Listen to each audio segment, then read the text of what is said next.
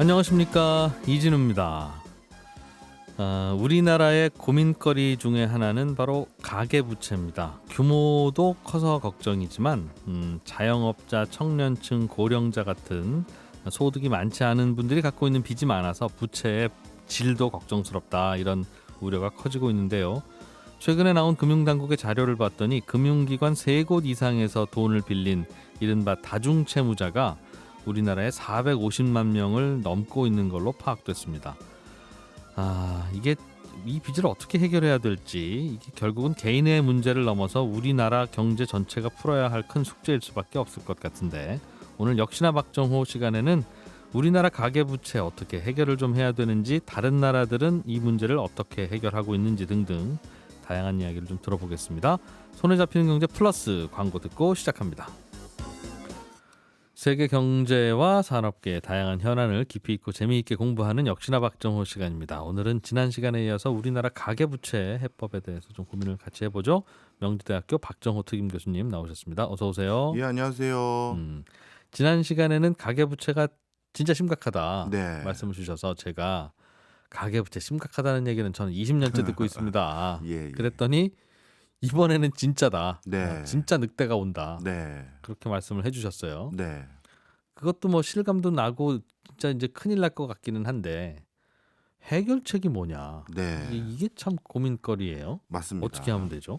예. 이제 해결책이라는 것들을 이제 얘기하다 보면 제가 지난 시간에 말씀드렸던 이번에는 진짜 좀 더 걱정이 됩니다라는 맥락에서 조금 더 이해가 되실 것 같습니다. 먼저 대표적인 해결책 중에서 국제적으로 그동안 검증됐던 방법들을 좀 얘기하면서 이 해결책들이 하나씩 사라져가고 있구나도 이제 알게 되는데요. 먼저 장기적인 방식으로 가계부채를 해결하는 가장 보편적인 방법은 일자리 창출이에요. 개인이 빚이 있다 하더라도 저 사람이 결국 10년 거치든 20년 거치든 분납하게 해드리면 갚을 분들이구나라는 인식을 갖게 되면 금융회사들조차도 저 사람을 굳이 파산시킬 필요가 전혀 없거든요. 자기도 손실이니까요. 차라리 이자 조금 더 내셔야 되는 거 아시죠? 만기 길게 연장해 드리면 대신 그래도 꼭 갚으세요 하면서 서로 간의 채무를 조정을 스스로 할 수가 있어요. 그 정도면 아무 문제 아니다. 그렇죠. 부채 자체가 아예 없을 수는 없으니까. 그럼요. 네. 자, 그런데 이 일자리가 앞으로 지속적으로 줄어들고, 즉 사람들이 돈을 갚을 수 있는 근로소득을 창출하기가 점점 어려워질 것이다라는 인식이 네. 우리나라 금융회사들에서도 갖고 있는 거예요. 그러니 제가 이자 좀 더 낼 테니까 저 만기를 분납을 좀 더 길게 잡아주세요라고 요구하거나 이렇게 조정을 하러 가면 네. 안 해주는 거죠. 안 해주는 거예요. 일자리가 없으니까. 네. 대표적으로 실제 이거는 금융회사들이 내부 또는 외부에 공개한 여러 연구 결과들에서 이미 드러났는데요.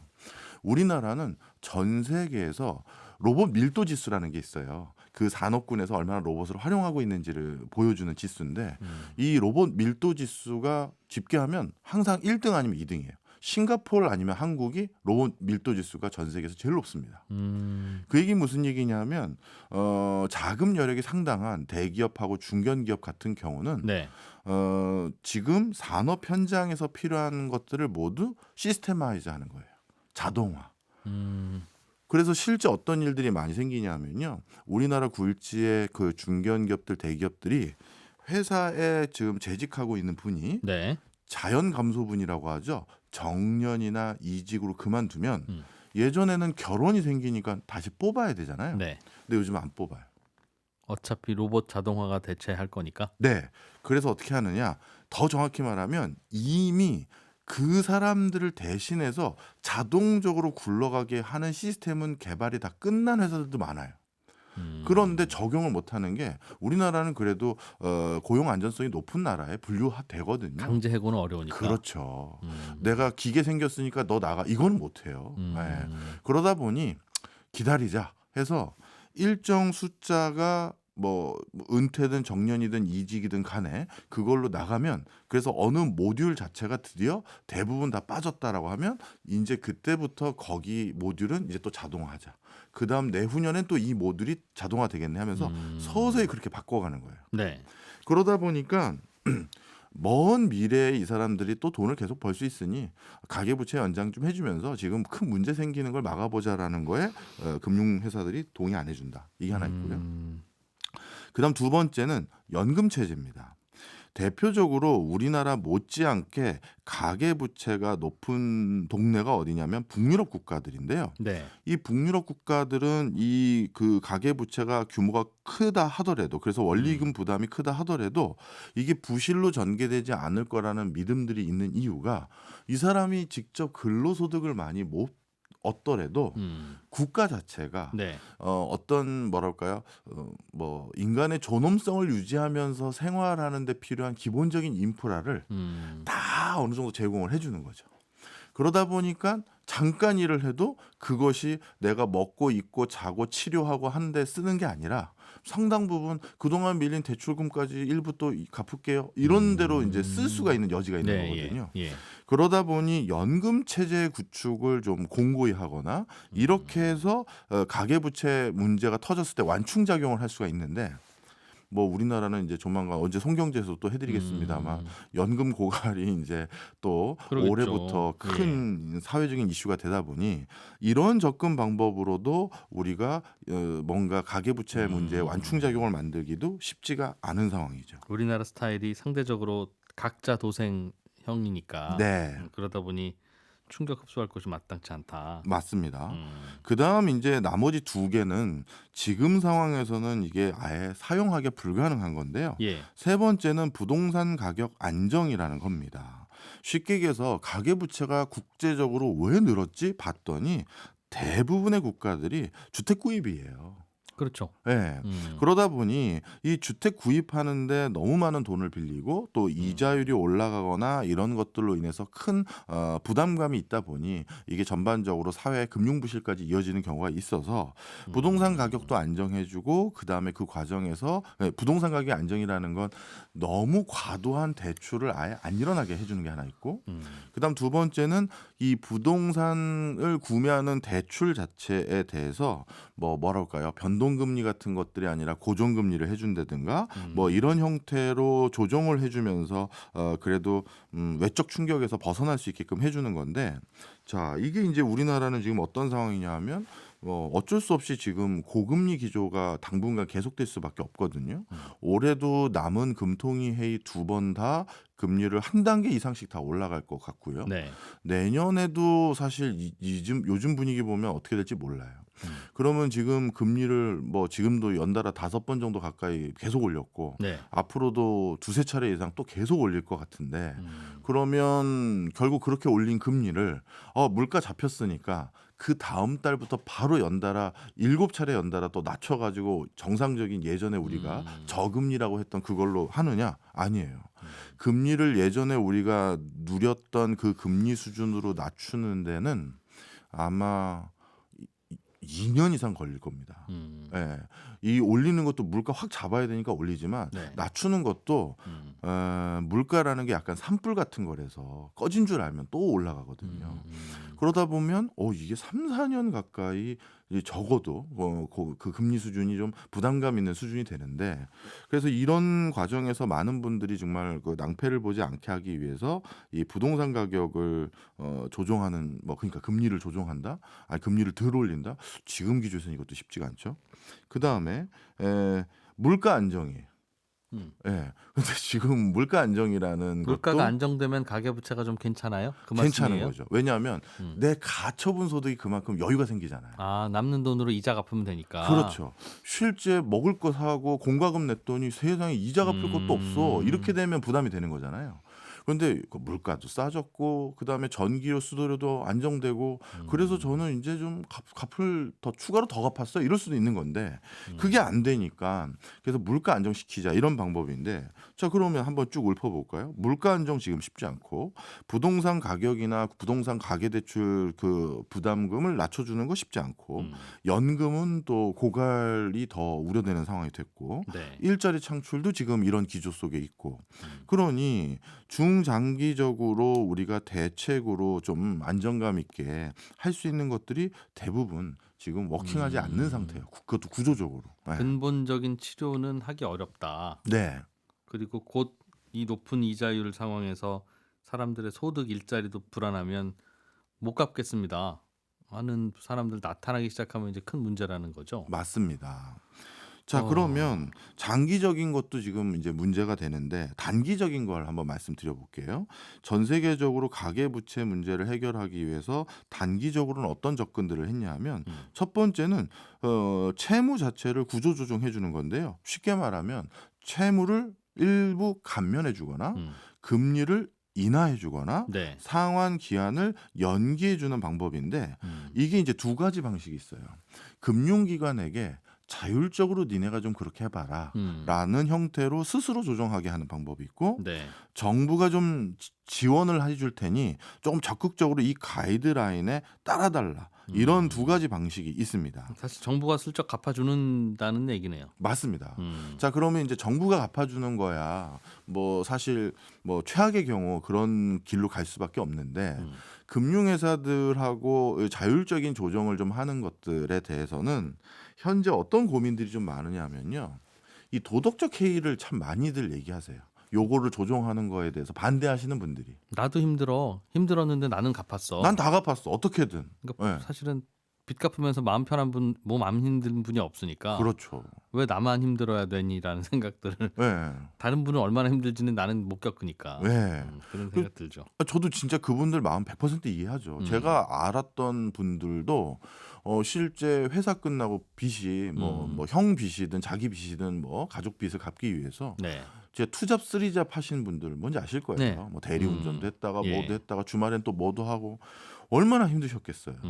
그런데 자기는 그거 나한테 조금만 기회를 주면 좀 더 천천히 갚아 보겠습니다 했는데 정말 뭐 파스 덕지덕지 붙이고 나가서 갚으신 분들 계시거든요. 네.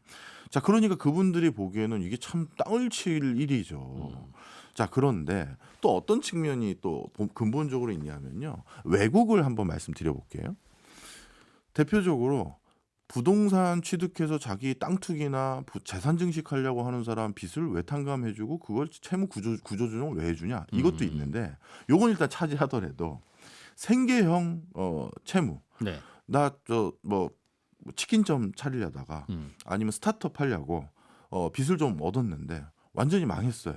이런 분들에 대해서 미국은 초지일관 변화되지 않게 어떻게 했느냐?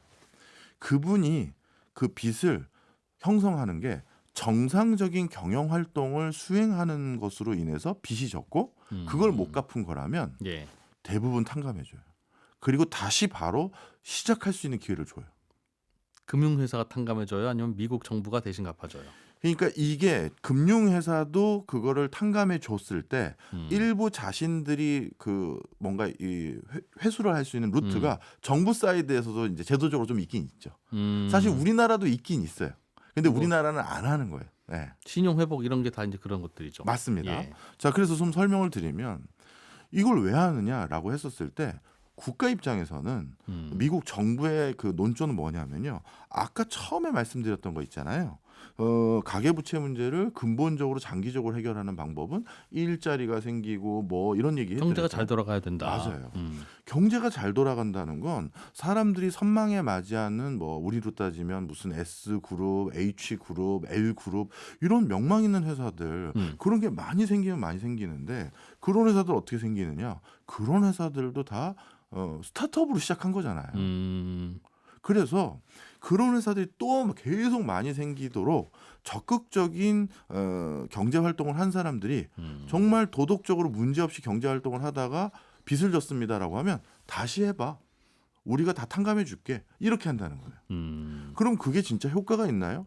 효과가 있어요. 솔직히 말씀드리면. 또 창업을 하니까. 네. 그리고 창업 업계에서는요. 투자를 할 때 불문율이 하나 있습니다. 이 사람이 창업을 처음 하는 사람들보다도 한두 차례 창업에 실패한 사람에게 돈을 지원해 줬을 때 훨씬 성공 가능성이 높아요. 이제 어떻게 하면 망하는지 어떻게 하면 안 망하는지는 안다 이거죠. 그렇죠. 이미 이 사람은 학습 비용을 다 치렀어.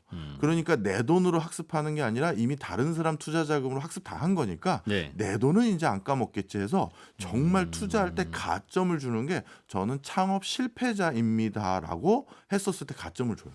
그거를 잘 살펴보고 공무원이 그래 이분은 뭐 일부러 그런 거 아니네. 주관적인 판단을 해서 이제 그거를 삭감해 줄 텐데 아, 거기에 대한 신뢰가 있나 봐요. 미국은 금융회사에서 예. 탕감을 해줄 때 그동안 이제 법인카드로 음. 썼던 전표를 다 받아봐요. 음. 근데 예를 들어서 폐업하러 이제 해서 저 갱생하러 왔습니다 했는데 네. 폐업 직전 2달 동안에도 이 사람은 특급 호텔에서 주무시고 그리고 출장 갔을 때도 맨날 택시만 타고 다니고 뭐 비행기 타도 뭐 비즈니스 이상을 타고 다니고 이거는 사실 회사 걱정을 하면서 비즈니스를 한 게 아니잖아요. 그럼 이런 거는 이제 뭔가 갱생을 제대로 안 해주죠.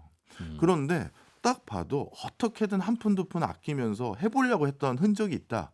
그러면 이건 해준다. 그러면 이제 그건 해줘요. 그거 해주면 미국 정부가 지원도 좀 해줍니까? 그러니까 불쌍해 보이고 좋은 건 알겠는데 지원을 해줍니다. 그거는 그거고 우리는 금융회사니까 빚 받아야 우리 금융회사가 뭔가 월급도 주고 그러는 거라서 그거를 착한 분은 안 받고 뭐 좀 나쁘다 싶으면 받고 하기가 그 기준도 이상하다 싶어서요.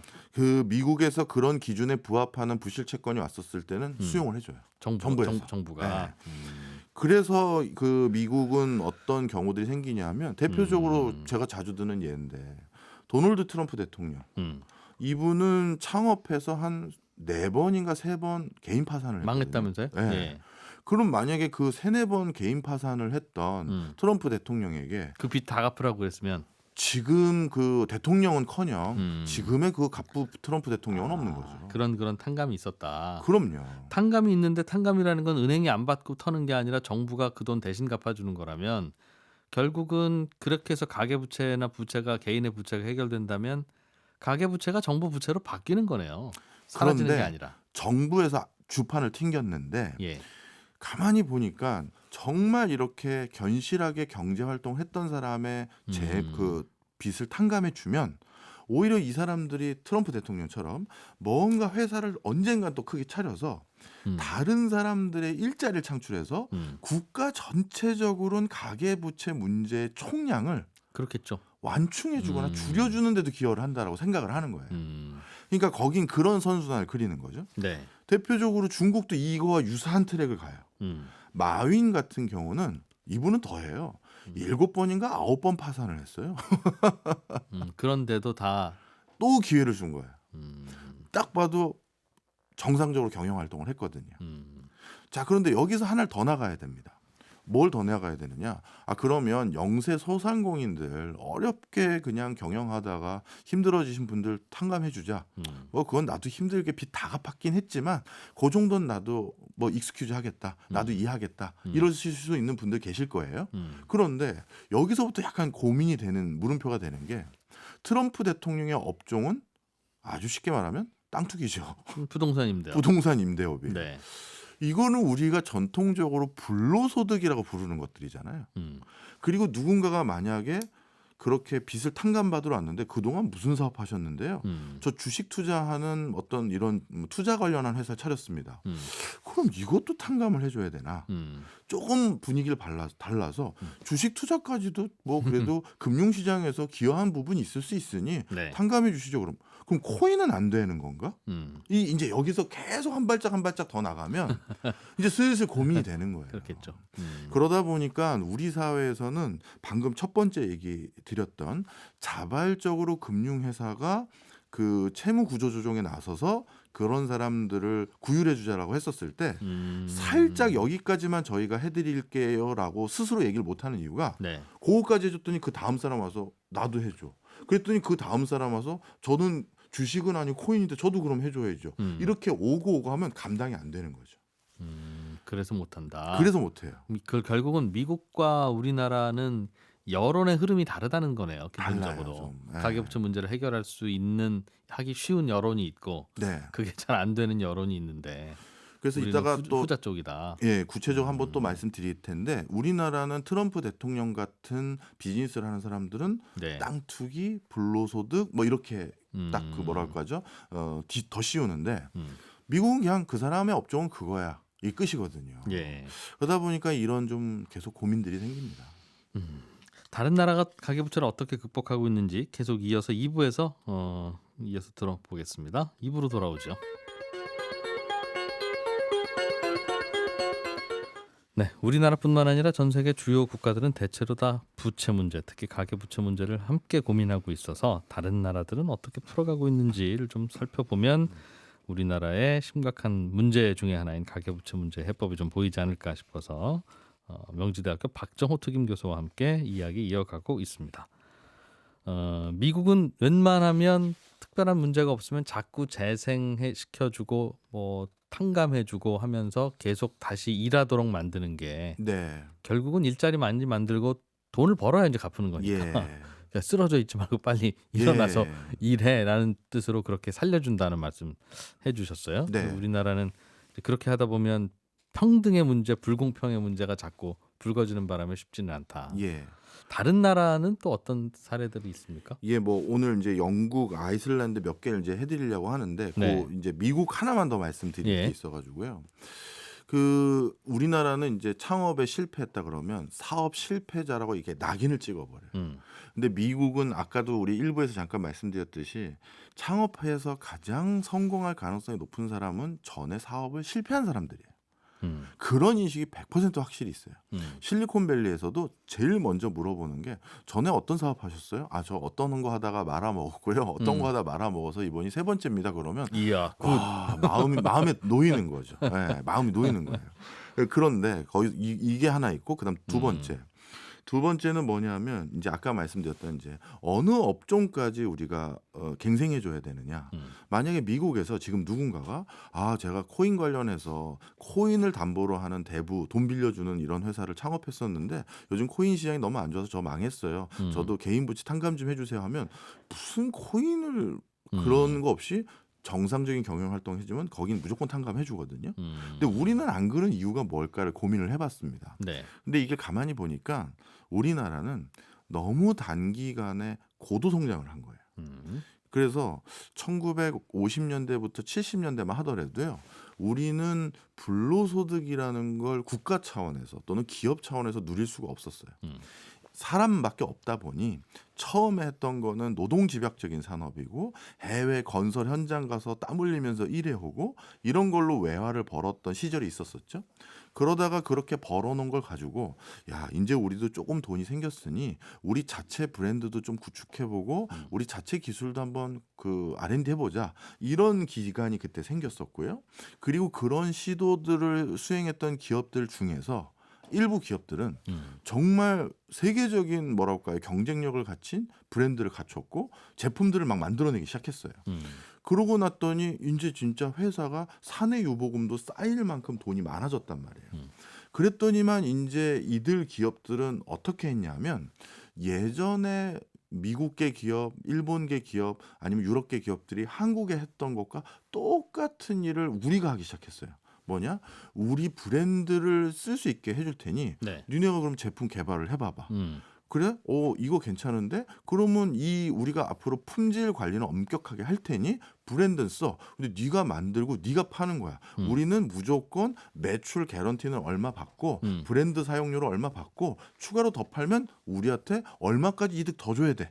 이런 어찌 보면 불공정해 보이는 계약을 예전에 우리가 포드 자동차나 GM이나 미쯔비시에 당했었다가 이제는 우리가 하게 되는 상황이 된 거예요. 예. 그리고 막 브랜드 빌려주면서 막 그 로열티도 받고요. 예. 자, 그러다 보니 기업단에서는 이제 인식이 바뀐 거예요. 이건 불로소득이 아니라 그동안 우리가 땀 흘려 벌었던 걸 바탕으로 해서 또 다른 형태로 자신들의 자산을 활용하는 것이라는 네. 인식이 있는 예. 거죠. 근데 아직 개인 단에서는 우리가 그거를 잘 수용을 못하는 것 같아요. 뭐를요? 여전히 돈이라는 건 땀 흘려서 벌어야 되고 내 몸을 좀 써야 되고 돈을 굴려서 자산 소득을 버는 것에 대한 그렇죠. 부정적인 시각. 있는 거예요.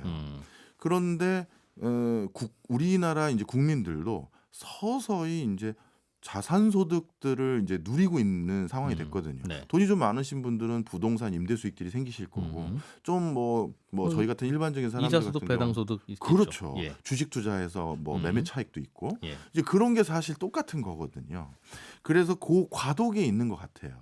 그러다 보니까 다시 돌아와서 음. 뭔가 땀 흘려 일하는 업종이 아니라 네. 돈놀이하는 업종이라든가 음. 코인이라든가 주식 관련한 거라든가 이런 업종에 이런 사람들 빚을 왜 탕감해 주느냐에 대해서도 아직까지 그거 안 된다라는 분도 계시지만 그것도 비즈니스 영역인데요 하는 분들이 지금 혼재되어 있는 상태. 근데 조금 더 지나고 나면 한 10년 정도 지나고 나면 요거에 대한 갑론을박은 외국처럼 거의 안 생길 것 같아요. 미국이 독특한 게 아니라 네. 대체로는 비즈니스를 하다가 문제가 생겨서 빚을 못 갚으면 그건 그냥 사회가 탕감해 주는 게 컨센서스인 경우가 많다는 뜻입니까? 맞습니다. 유럽에서도 코인은 안 되고 주식도 안 되고 부동산도 안 되고 소상공인 체인점들은 됩니다. 이런 경우는 극히 없어요.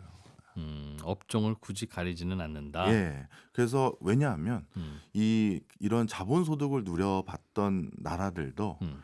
그 배당 받으려면 매매 차익 얻으려면 쉽지 않다는 걸. 그렇죠. 어마어마하게 자기 시간 쓰고 새벽같이 일하는 뭐 자영업자들 못지않게 이런저런 정보 얻고 이런 걸 해야지만 가능하다는 걸 알거든요. 이건 또 다른 형태의 근로소득이라는 걸 아는 거예요. 그래서 요거는 아마 10년 정도 지나면 많은 부분이 오해가 풀릴 수 있는데 문제는 가계부채 문제는 지금이 이제 턱 밑까지 와 있거든요. 이 사회적인 뭐라 할까요? 합의가 도출되는 데까지 기다리기가 약간 애매한 시점까지 와 있는 상황이거든요. 요즘도 하필 그런 이슈가 있어서 다른 반대하는 분들 이야기를 들어보면 예. 그런 사업은 하이 리스크 하이 리턴 사업 아닙니까? 역시 이제 뭐 이런 투자와 관련된 사업은 그럼 하이 리스크는 사회가 떠안고 잘못되면 하이 리턴은 그 개인이 다 가져가는 사업이면 누가 뭐 빵집을 하고 누가 쌀집을 하냐 다 하이 리스크 하이 리턴 하지 그 좀 그런 거 아니냐 이익의 사유화 손실의 사회화 근데 그런 반론이 다른 나라에서도 있었을 텐데 어떻게 그걸 잘 넘어갔대요? 맞습니다. 제가 오늘 저 중요한 걸 말씀 못 드릴 뻔했는데 딱 질문을 주셨는데요. 아까 제가 미국이나 유럽에서 빚을 탕감해 준다고 말씀드렸잖아요. 그때 그 사람이 탕감해 줘도 되는 사람인지를 볼 때 무분별하게 돈을 흥청망청 썼는지도 보지만 네. 이 사람이 이 사업을 하는 데 있어서 리스크 관리를 하기 위해 노력했는지도 평가 요소예요. 도덕적 해이로 망하면 뭐 탕감 받지 이게 이런 그렇죠. 흔적이 나오면 안 된다. 그렇죠. 예를 들어서 무슨 투자를 하는데 음. 뭐 선물 옵션 같은 거 잘을 하면 한 번에 30-40배씩 수익 얻으잖아요. 네.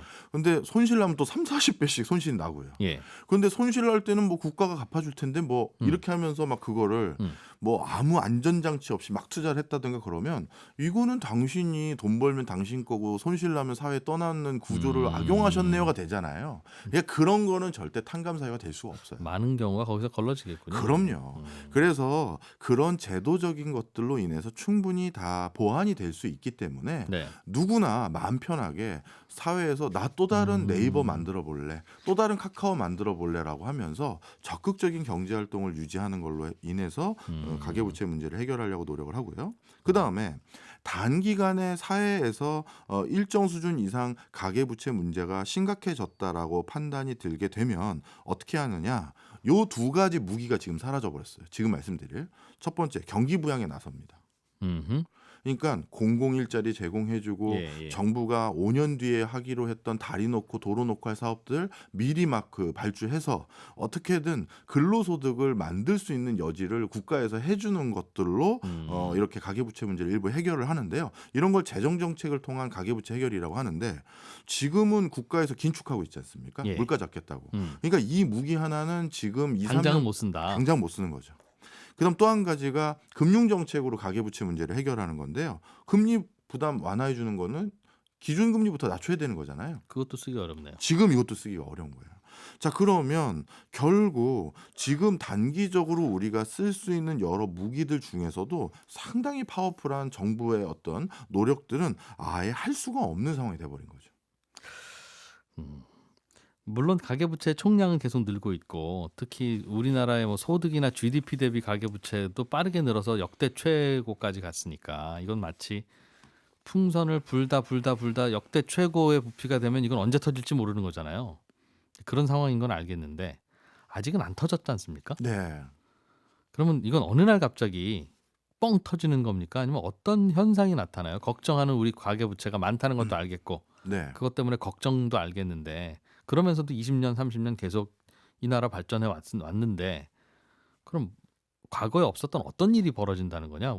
만약에 가계부채가 이게 이제 고민거리가 아니라 실제로 사고가 나기 시작하면 어떤 우리나라 될까요? 가계부채에서 가장 큰 비중을 차지하는 건 부동산 대출이거든요. 예, 그런데 아까 서두에 이제 그 말씀을 드렸는데 지금 금리를 계속 올리고 있어요. 네, 그러다 보니까 지금 어떤 거냐면 뭐 언론에서는 뭐 부동산이 시세가 떨어지기 시작했다라고 이제 표현들을 하시지만 사실 저희 같이 공부하는 사람 입장에서는 아직은 떨어졌다라고 하기에는 통계적 근거가 없어요. 그냥 거래가 없는 거예요.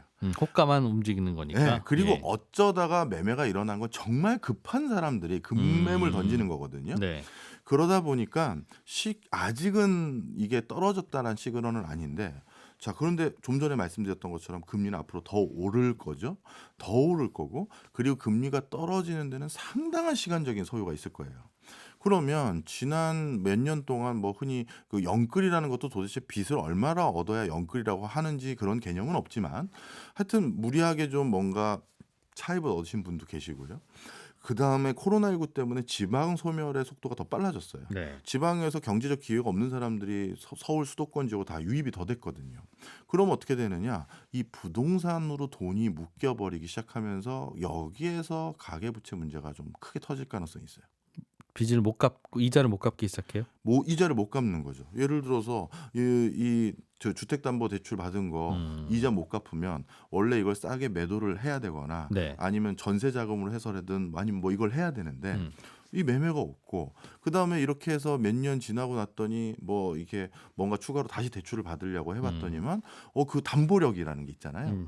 이제 그 아파트가 이제 15억이 아니네요, 고객님. 10억이네요. 네. 그러면 그 대출은 10억을 기준으로 얼마만 되니까 옛날처럼 대출이 못 드려요 하는 순간 유동성에 이제 제약을 받게 되죠. 네.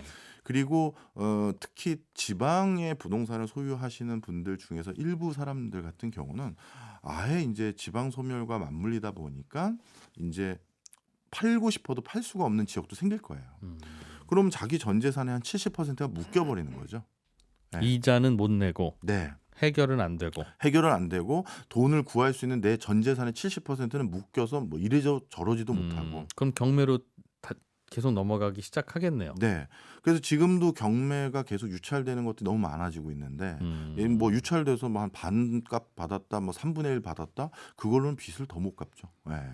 그래서 첫 번째가 저는 걱정이 되는 게 요즘 이 부동산이 어떤 흐름으로 귀결될지 이걸 걱정을 하는데요. 네. 그럼 이제 여기서 이제 두 가지 갈래가 있어요. 결국 어떻게 되느냐? 이제 아까 말씀드렸던 미국과 영국의 사례를 말씀드리는데요. 미국도 서브프라임 모기지 때 가계부채 문제가 터진 게 예. 바로 모기지, 주택 관련한 대출이었어요. 네. 그런데 주택 가격이 급락하니까 그리고 대출을 못 갚는다고 하니까 어떻게 했느냐? 정부가 부동산 가격이 더 빠지는 거를 좀 막았어요. 예. 천천히 빠지도록 그걸 뭐 연착륙, 견착륙 뭐 우리 이런 소리 하는 것처럼 그렇게 하거나 아니면 더 안 빠질 수 있는 여러 유인책을 만들어 줬어요. 네. 영국도 마찬가지고. 그러면 참 지난 2, 3년 동안 부동산이 너무 많이 올라서 예. 사실 이게 좀 빠져주면 하는 마음도 많이 있는데 네. 이게 빠져버리면 갑자기 뭐 30% 빠졌다, 50% 빠졌다라고 하면 이게 가계부채 문제의 불씨가 될 수가 있는 거예요. 그걸 계기로 더 급하게 내릴 거고. 네. 그럼 이제 악순환이 되는 거죠. 네, 네. 자, 그러면 어떻게 된다? 그렇게 되면 제가 저 막대 그래프로 가져왔는데 그 가계부채 부실이 커지면 결국 그게 금융기관의 자본 구조를 악화시키게 되고요. 그럼 금융기관이 자본 구조가 악화되면 대출 여력이 줄어들게 돼요. 그러면 금융기관이 추가 대출을 하거나 대출 연장을 해주는 걸 소극적으로 하게 되니 가계부채 문제는 더 커질 수가 있는 거예요. 쉽게 말하면 은행이 돈 떼이면 은행이 몸 사려서 네. 나라 경제가 잘 안 돌아간다는 뜻일 텐데. 네. 자, 그러면 아직은 뭐 거래가 워낙 없을 뿐이지 뭐 가계부채 문제가 이제 터졌다 이런 시그널은 없으니 정부 입장에서는 지금 보고 있는 거거든요. 또 특히 지난 뭐 한 3-4년 동안 이 부동산 때문에 어떻게 보면 정권도 바뀌고 부동산 때문에 지금 많은 것들이 일어났잖아요. 사회 문제가. 그러니까 신규 부동산 정책을 입안해서 집행하기가 너무 불안한 거예요. 또 뭔가 공급 더 왔다 하면 이게 뭐 호재돼서 뭐 벌써 용산도 벌써 신고가 막 나오고 그러잖아요. 그런 일들이 생길까 봐 발표를 아예 안 하는 거예요. 그런데 이제 빠진다고 해서 문제가 생기면 아마 이것도 그냥 지켜만 볼 수 없는 게 해외 사례의 전례예요. 외국에서도 부동산 가치가 떨어져서 혼란이 오는 건 막았다는 거군요. 그렇죠. 그러니까 이게 이러지도 못하고 저러지도 못하고 분명 부동산 너무 과하게 오른 건 맞거든요. 네. 그래서 하여튼 이 과정에서 정부의 정책적 기조가 어떻게 되는 게 가계부채 문제를 일단 급한 불을 끄도록 하는 거에 어떤 뭐랄까 갈림길이 되지 않을까 이렇게 말씀드릴 수 있을 것 같아요. 묘안은 없는 거네요. 언제 없어요. 터질지는 모르지만 네. 그 대개는 터지고 나면 그때는 그냥 정부가 정부 돈을 가동해서 급한 불을 막고 하는 게 우리의 역사이기도 하고 다른 나라도 다 마찬가지다. 네. 그러다 보니 계속 부채는 줄어들진 않고 커지고 네. 그러나 터뜨릴 수는 없고 네. 어떡하죠 그럼? 근데 보통은 대개는 바로 그것 때문에 부채를 터뜨릴 수는 없고 급하면 정부가 일단 혼란을 막기 위해서 메워주고 하니 그 보십시오. 부채는 내는 게 좋은 겁니다. 그 국가 전체로 보면 안 좋은 거지만 개인으로 보면 부채를 낼 수 있을 때 내서 최대한 자산 투자를 하는 게 그게 그런 거다. 뭐 그렇게 생각해서 자꾸 투자도 하고 하면서 이제 계속 커지는 이게 서로 악순환이잖아요. 그래서 커지고 있는 건데 어떻게 하죠? 박 교수님 보고 책임지라고 할 건 아닙니다만 그나마 저는 예. 가장 예쁜 그림은 역시 유럽도 그렇고 미국도 그렇고 중국도 그랬던 뭐 경제 활성화 그러니까 창업이나 뭔가 경제 활동을 적극적으로 하는 것들에 대해서는 확실히 그 뭐랄까요 개인의 채무를 묻지 않는 그런 기조를 만드는 게 좋아 보이는 것 같아요. 미국 같은 경우 보면요. 5년 단위로 전 세계 시가총액 뭐 진짜 20이 뭐 50이 안에 드는 새로운 기업들이 계속 쏟아져요. 지난 코로나19 한 2년 동안 전 세계 100년 이상 된 자동차 회사들 다 제끼고 전 세계 최고 가는 자동차 회사가 또 생겼어요. 미국에서. 그다음에 뭐 민간 우주 항공 산업이라는 새로운 산업이 열리기 시작했고요. 그게 다 이제 탕감받은 분들이 그렇죠. 그래서 이분들이 이렇게 어마어마하게 뭔가 성과를 이게 100명에게 지원하면요. 100명이 다 그런 거 하는 게 아니에요. 그중에서 두세 명 정도 확률이 한 3% 정도 되거든요. 이 정도만 그런 일을 해내면 바로 그분이 만드는 고용이 10만 명, 20만 명, 50만 명 되다 보니 가계대출 문제로 내가 빚 갚아야 되는데 엄마 나 취업했어. 야 그러면 거기서 월급 받아서 어떻게든 좀 갚아라. 이런 선순환이 그려지는 게 그대로 제일 난데 자 결론인데 이것도 우리나라에서 쉬워 보이지 않는 이유가 하나 생겼습니다. 가계부채가 그런 사업자 대출이 많으면 그게 솔루션인데 우리는 부동산 대출이 많고 전세 대출이 많은데 그분들 다 탕감해 줘봐야 대출이 얼마 돼요? 우리는 대출 자체가 안 나오는데. 근데 미국도 부동산 대출이 제일 비중이 높아요. 그런데 그분들이 그걸 원활하게 갚을 수 있는 건 이런 소수의 이 사람들이 소수의 분들이 하는 일자리를 거죠. 만들어서. 근데 우리나라는 이게 안 되는 게 초고령 사회로 누구도 적극적으로 먼 미래를 보고 투자와 창업을 잘 안 한다는 거죠. 그것도 쉽지는 않아 보여요. 네. 그런 상황이군요. 잘 들었습니다. 명지대학교 박정호 특임 교수님 고맙습니다. 예, 저는 내일 아침에 뵙겠습니다. 이진우였습니다. 고맙습니다. 더 깊고 더 재미있는 경제 이야기 이진우의 손에 잡히는 경제 플러스